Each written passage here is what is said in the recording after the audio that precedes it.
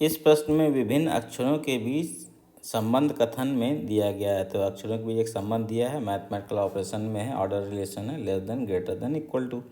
इस कथन के बाद दो निष्कर्ष दिए गए हैं। तो स्टेटमेंट दिया है, कंक्लूजन दिया है। तो स्टेटमेंट से कंक्लूजन को हमें चेक करना है। तो जो ऑपरेशन है इनक्वलिटीज में क्या करते हैं, पहला चेक करना है कि सी ग्रेटर देन एम।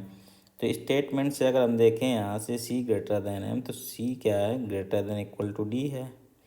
ये ग्रेटर देन ई है तो ये ई से बड़ा हो गया, इक्वल टू एम है, ठीक है ना। तो इस रिलेशन से बात करें, यहाँ से चीज़ें क्या आ जाएंगी, ये रिलेशन हमें क्या दे देगा, ये ग्रेटर देन इक्वल टू है, डी डी से बड़ा या बराबर है, और डी क्या है, ई से बड़ा है, यानी कि सी क्या हो गया, ई से बड़ा हो गया।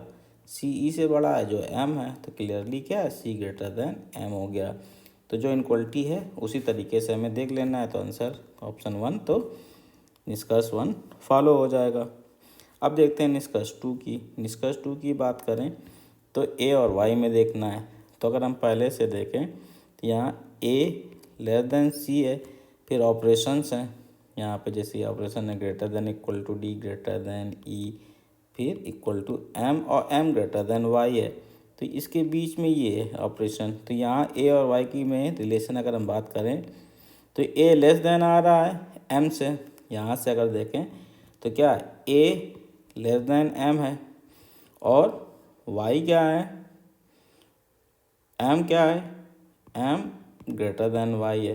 तो इन दोनों से हम कोई भी कंक्लूजन नहीं निकाल सकते कि कौन बड़ा कौन छोटा होगा, ज़बरदस्ती नहीं करनी है।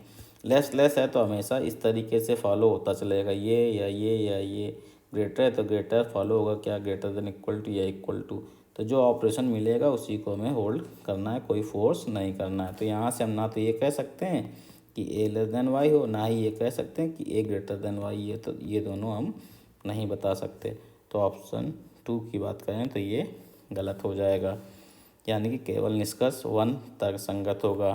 तो लॉजिकल है, यानी कि ऑप्शन ए सही हो जाएगा केवल। तो आंसर क्या हो जाएगा, सेकेंड।